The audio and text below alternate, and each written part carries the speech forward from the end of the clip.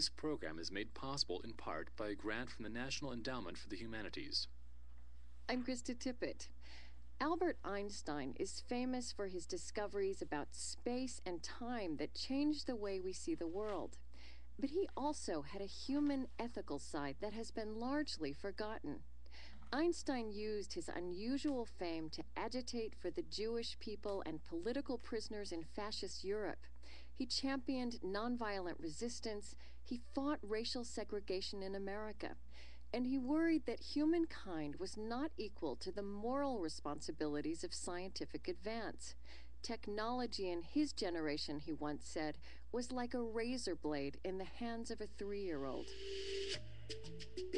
From American public media, this is Speaking of Faith, public radio's conversation about religion, meaning, ethics, and ideas.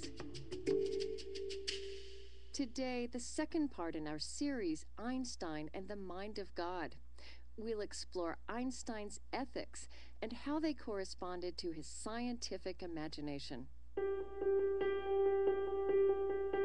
Albert Einstein could scarcely have been born a Jew in Germany in 1879 in a more threatening age. His lifetime would span 2 world wars and the Holocaust. He did not perform well in the regimented Prussian schools of his childhood, however, and he finished his education in Switzerland. As a young man, he took advantage of the relative freedom of an obscure job in the Swiss Patent Office and made his mark on science. He burst into the public eye 100 years ago, in 1905, with a series of discoveries. His theory of special relativity linked space, time, matter, energy, and light. A decade later, he accounted for the effects of gravity in his theory of general relativity, which his fellow physicists call as much a work of art as of science.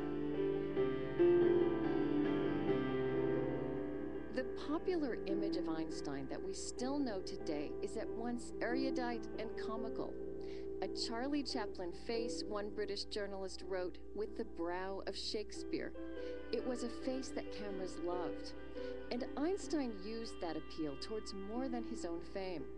In his person, he revitalized the moral stature of science itself. The carnage of World War I had been wrought in part by chemists. As Einstein himself often said, scientific knowledge that should have improved human life was repeatedly marshaled towards weaponry and destruction. In 1945, as the modern age commenced with the end of World War II, Einstein repeated this concern. The war is won, but the peace is not. We cannot and should not slacken in our efforts to make the nations of the world, and especially their governments, aware of the unspeakable disaster they are certain to provoke, unless they change their attitude toward each other and towards the task of shaping the future.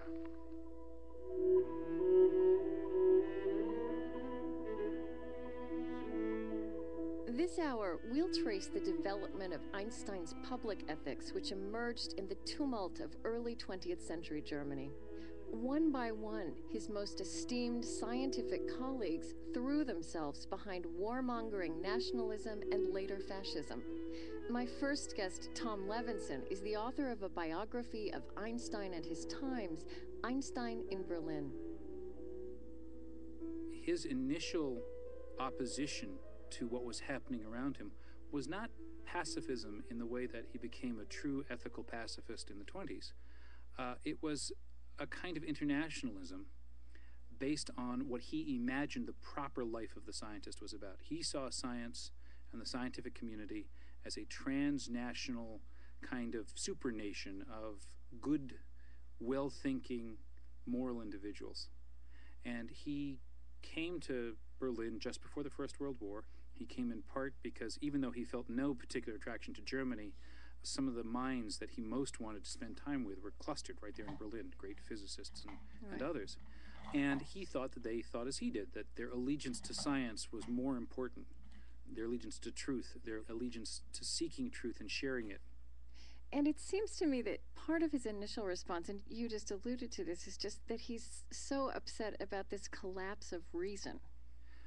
I think Einstein's reaction to the sort of rabid nationalism of even those close to him in 1914 is partly a response to what he sees as the collapse of reason.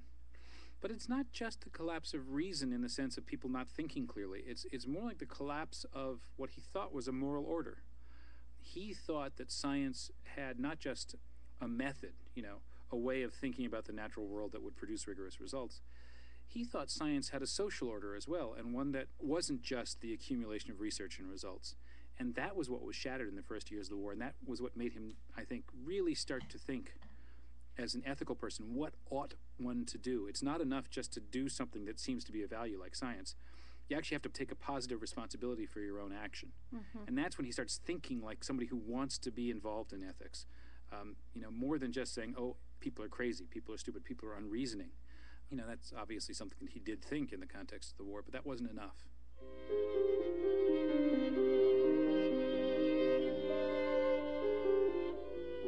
In 1915, the same year that Einstein published his groundbreaking theory of general relativity, he also published an essay directed at the German public titled My Opinion of the War. World War I had begun the previous year. Einstein compared warring nations to little boys in a schoolyard. Here is an excerpt. I will never forget the sincere hatred my schoolmates felt for the first graders of a school in the neighboring street. Innumerable fistfights occurred, with many a hole in the head the result. Understandably, the more modern organized states had to push these manifestations of primitive, virile characteristics vigorously into the background. But wherever two nation-states are next to each other, and without a joint superpower above them, those feelings at times generate tensions that lead to catastrophes of war. Every well-meaning person should work hard on himself and in his personal circle to improve in these respects. But why so many words when I can say it in one sentence, and in a sentence very appropriate for a Jew? Honor your Master Jesus Christ, not only in words and songs, but rather foremost in your deeds.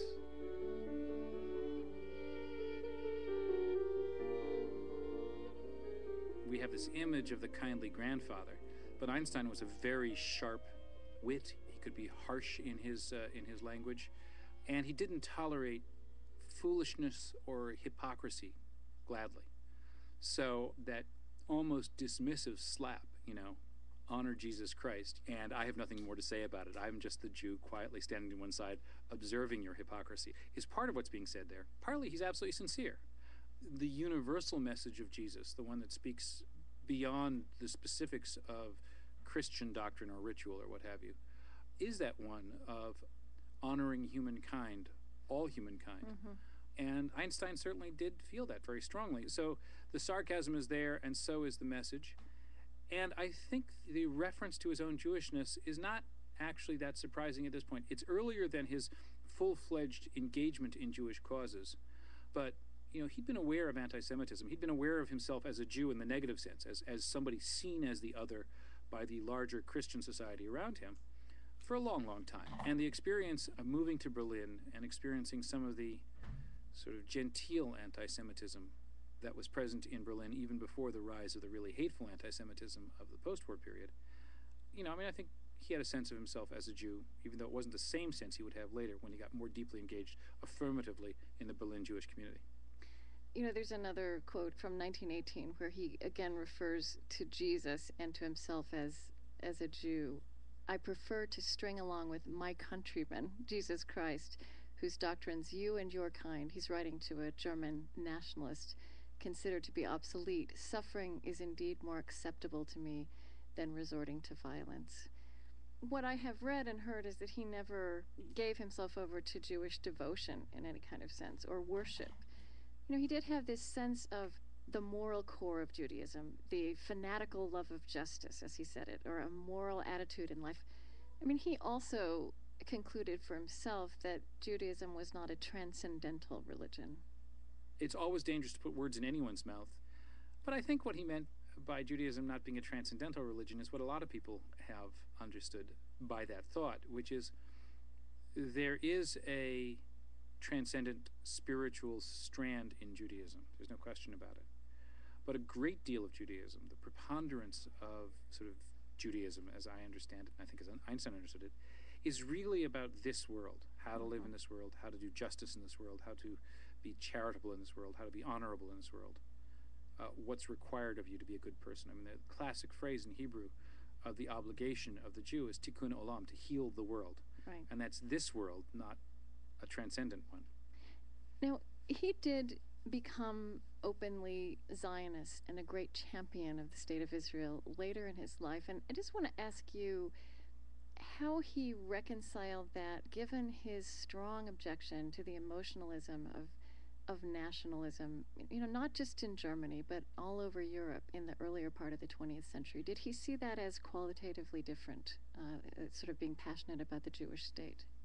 He actually became committed to the Zionist cause quite early. I mean, he was recruited to go to the United States to raise money for the founding of Hebrew University by the Zionist movement in 1921. You know, but he wrote letters. I mean, he wrote about how troubling it was that the reality of Jewish life, as the situation got worse and worse in Europe, you know, sort of required a national solution, and he only hoped that the necessary relative weakness of a small Jewish state in the middle of the Middle East would keep the nationalism of that state in check, would keep it modest.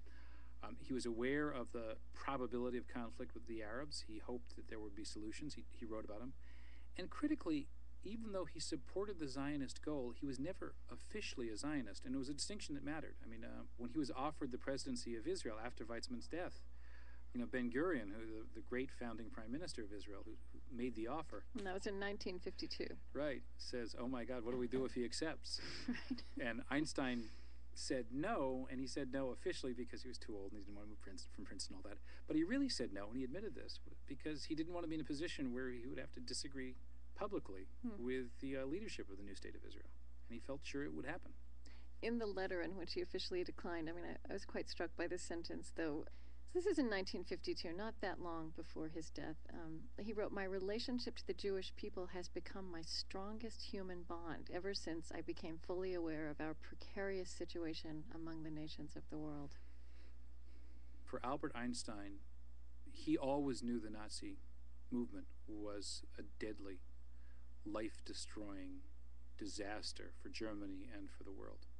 But when the true extent of the Holocaust and this sort of rabid, uncontrolled, utterly heartless and ruthless destruction of human lives and a human culture that he saw as having enormous value, you know, transcendent value,